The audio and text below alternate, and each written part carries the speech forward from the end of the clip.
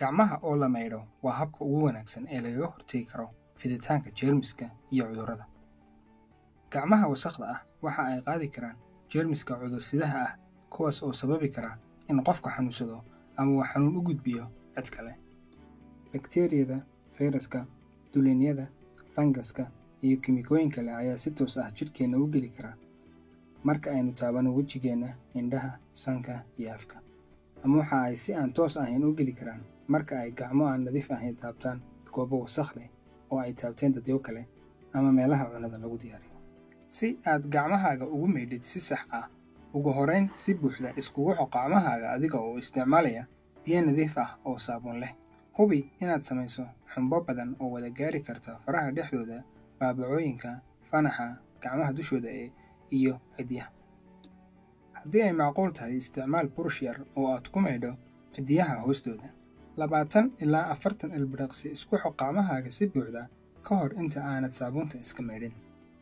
Haddii aad isticmaalayso musqul dadweyne, ku qallaji gacmahaaga warqad, maro la tuuri karo ama hawo buufiya. Waxa aad sidoo kale u isticmaali kartaa warqadda ama marada in aad ku furto qasabadda farxalka iyo albaabka musqusha marka aad ka baxayso. Isku day inaad guriga ku haysato tuwaalo qalalan oo nadiif ah si joogto ahna u beddel. Gacmahaagu waa inay si joogto ah u maydhnaadaan, gaar ahaan kadib marka aad taabato hilib qaydhin.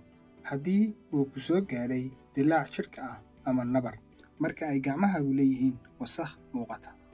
Kadib markaad isticmaasho gaadiidka dadweynaha, kadib markaad wasakhda ama xashiishka tuurto, ka hor iyo kadib cunnada, kadib markaad xafaayadda ka beddeshid ama aad u maydhid ilmo isticmaalay musqusha, kadib markaad musqusha isticmaasho, kadib markaad taabato xayawaanada guri joogta ah, kadib qufac ama hindhiso marka aad guriga timaado, kadib markaad daryeesho qof xanuunsan.